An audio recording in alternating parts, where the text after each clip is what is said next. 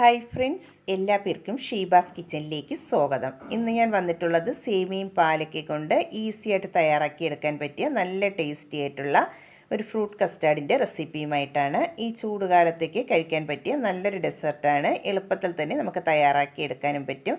എല്ലാ പേരും ഒന്ന് ട്രൈ ചെയ്ത് നോക്കിയിട്ട് വീഡിയോ ഇഷ്ടമാകുന്നെങ്കിൽ ഒന്ന് ലൈക്ക് ചെയ്ത് സപ്പോർട്ട് ചെയ്യാൻ മറക്കരുതേ. എന്നാൽ നമുക്കിത് എങ്ങനെയാണ് തയ്യാറാക്കിയെടുക്കുന്നതെന്ന് നോക്കാം. അതിനായി ഞാനിവിടെ ഒരു പാൻ സ്റ്റൗവിലേക്ക് വെച്ച് അതൊന്ന് ചൂടായി വരുമ്പോൾ അതിലേക്ക് നമുക്ക് 1 ടേബിൾ സ്പൂൺ നെയ്യ് ചേർത്ത് കൊടുക്കാം. നെയ്യ് നന്നായിട്ട് ഒന്ന് ചൂടായി വന്നതിന് ശേഷം അതിലേക്ക് നമുക്ക് 1/2 കപ്പ് സേമിയയാണ് ചേർത്ത് കൊടുക്കുന്നത്. ഞാനിവിടെ കട്ടിയുള്ള സേമിയാണ് എടുത്തിട്ടുള്ളത്. നിങ്ങളുടെ കയ്യിൽ തിന്നായിട്ടുള്ള സേമിയ ഉണ്ടെങ്കിൽ അതെടുത്താലും മതിയാകും. ഞാനിവിടെ റോസ്റ്റ് ചെയ്യാത്ത സേമിയാണ് എടുത്തിട്ടുള്ളത്. റോസ്റ്റ് ചെയ്തിട്ടുള്ള സേമിയാണെങ്കിലും നെയ്യിൽ ഇതുപോലെ ഒന്ന് റോസ്റ്റ് ചെയ്ത് വേണം എടുക്കാനായിട്ട്. നന്നായിട്ട് ഇനി അതിൻ്റെ കളറെല്ലാം ഒന്ന് ചേഞ്ചായി വരുന്നത് വരെ ഒന്ന് റോസ്റ്റ് ചെയ്തിട്ട് എടുക്കാം. ഇതിപ്പോൾ സേമിയയുടെ കളറെല്ലാം നന്നായിട്ട് ഇനി ഒന്ന് ചേഞ്ചായി വന്നിട്ടുണ്ട്. ഇത്രയും മതിയാകും. ഇനി നമുക്കിതിലേക്ക് പാലൊഴിച്ച് കൊടുക്കാം. ഞാനെടുത്തിട്ടുള്ളത് 1/2 ലിറ്റർ പാലാണ്. അത് നമുക്കതിലേക്ക് ഒഴിച്ചു കൊടുക്കാം. പാലും കൂടെ ഒഴിച്ചതിന് ശേഷം നന്നായിട്ട് ഇനി ഇതൊന്ന് മിക്സ് ചെയ്ത് കൊടുക്കാം. ഒരു ലോ ടു മീഡിയം ഫ്ലെയിമിൽ വെച്ചിട്ട് നന്നായിട്ട് ഇനി ഇതൊന്ന് മിക്സ് ചെയ്ത് ആ സേമിയെല്ലാം ഈ പാലിൽ കിടന്ന് ഒന്ന് കുക്കായി വരണം. അതുവരെ നന്നായിട്ട് ഇനി ഒന്ന് കൈയെടുക്കാതെ മിക്സ് ചെയ്ത് കൊടുക്കാം.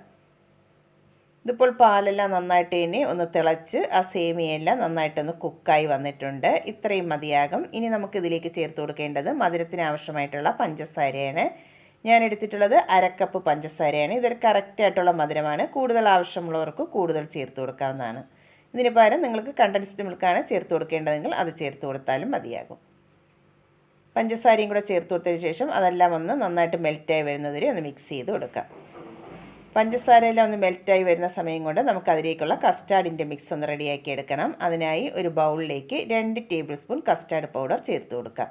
ഞാനിവിടെ വാനില ഫ്ലേവറിൻ്റെ കസ്റ്റാർഡ് പൗഡറാണ് എടുത്തിട്ടുള്ളത്. അതിലേക്ക് ഇനി 1/2 കപ്പ് പാലും കൂടെ ഒഴിച്ചതിന് ശേഷം കട്ടകളില്ലാതെ നന്നായിട്ട് ഇനി ഒന്ന് മിക്സ് ചെയ്തിട്ട് എടുക്കണം.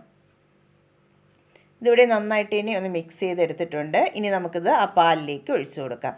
ഫ്ലെയിം നന്നായിട്ട് കുറച്ച് വെച്ചിട്ട് വേണം കസ്റ്റാർഡിൻ്റെ മിക്സ് ഒന്നുകൂടെ ഒന്ന് മിക്സ് ചെയ്തിട്ട് വേണം അതിലേക്ക് ഒഴിച്ചു കൊടുക്കാനായിട്ട്.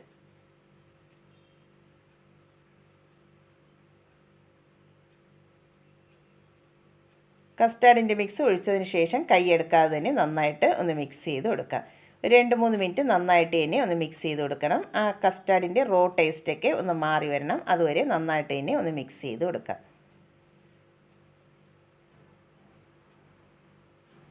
ഇതിപ്പോൾ നന്നായിട്ട് തന്നെ ഒന്ന് മിക്സ് ചെയ്ത് കസ്റ്റാർഡിൻ്റെ റോ ടേസ്റ്റൊക്കെ മാറി ഒന്നും കൂടെ ഒന്ന് കുറുകി വന്നിട്ടുണ്ട്. ഇത്രയും മതിയാകും.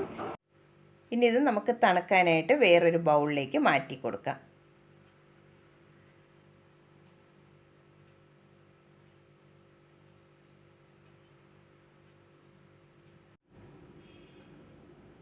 ഇനി റൂം ടെമ്പറേച്ചറിൽ വെച്ച് നന്നായിട്ടൊന്ന് തണുത്തതിന് ശേഷം ഫ്രിഡ്ജിൽ വെച്ച് 1-2 മണിക്കൂർ ഒന്ന് തണുപ്പിച്ചിട്ട് എടുക്കാം. ഇതിപ്പോൾ ഫ്രിഡ്ജിൽ വെച്ച് 2 മണിക്കൂർ ഒന്ന് തണുപ്പിച്ചെടുത്തിട്ടുള്ളതാണ്. ഇനി നമുക്കിതിലേക്ക് ഇഷ്ടമുള്ള ഫ്രൂട്ട്സുകൾ ചേർത്ത് കൊടുക്കാവുന്നതാണ്. അധികം പുളിയില്ലാത്ത ഫ്രൂട്ട്സുകൾ വേണം ചേർത്ത് കൊടുക്കാനായിട്ട്. ഞാനിവിടെ ആദ്യം ഇതിലേക്ക് 1 ടേബിൾ സ്പൂൺ നട്ട്സാണ് ചേർത്ത് കൊടുത്തിട്ടുള്ളത്. ബദാമും പിസ്തയും ചെറുതായിട്ടൊന്ന് കട്ട് ചെയ്തെടുത്തിട്ടുള്ളതാണ്.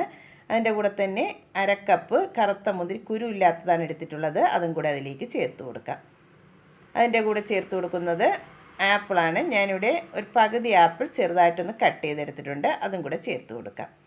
ഇനി ചേർത്ത് കൊടുക്കുന്നത് നേന്ത്രപ്പഴമാണ്. ചെറുപഴം ചേർത്ത് കൊടുത്താലും മതിയാകും. ഞാനിവിടെ നേന്ത്രപ്പഴമാണ് എടുത്തിട്ടുള്ളത്.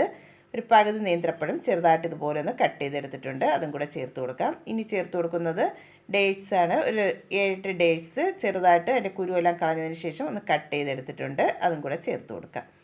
എന്നിട്ട് ഇതെല്ലാം കൂടെ നന്നായിട്ട് ഇനി ഒന്ന് മിക്സ് ചെയ്തിട്ട് എടുക്കണം. ഇതിപ്പോൾ നന്നായിട്ട് ഇനി ഒന്ന് മിക്സ് ചെയ്തെടുത്തിട്ടുണ്ട്. ഇനി നമ്മൾ ഏത് ബൗളിലേക്കാണോ സെർവ് ചെയ്യുന്നത് അതിലേക്ക് നമുക്കിത് മാറ്റി കൊടുക്കാം. ഈ ചൂട് കാലത്തേക്ക് കുടിക്കാൻ പറ്റിയ അടിപൊളി ഡെസേർട്ടാണ്. എല്ലാ പേരും ഒന്ന് ട്രൈ ചെയ്ത് നോക്കണം. എന്നിട്ട് വീഡിയോ ഇഷ്ടമാകുന്നെങ്കിൽ ഒന്ന് ലൈക്ക് ചെയ്ത് സപ്പോർട്ട് ചെയ്യാൻ മറക്കരുതേ. ആദ്യമായിട്ടാണ് കാണുന്നവരുണ്ടെങ്കിൽ പ്ലീസ് ഒന്ന് സബ്സ്ക്രൈബ് ചെയ്തും കൂടെ സപ്പോർട്ടും കൂടെ ചെയ്യണേ. എന്നാൽ നമുക്ക് പുതിയൊരു വീഡിയോയുമായി കാണുന്നതുവരെ താങ്ക്സ് ഫോർ വാച്ചിങ്.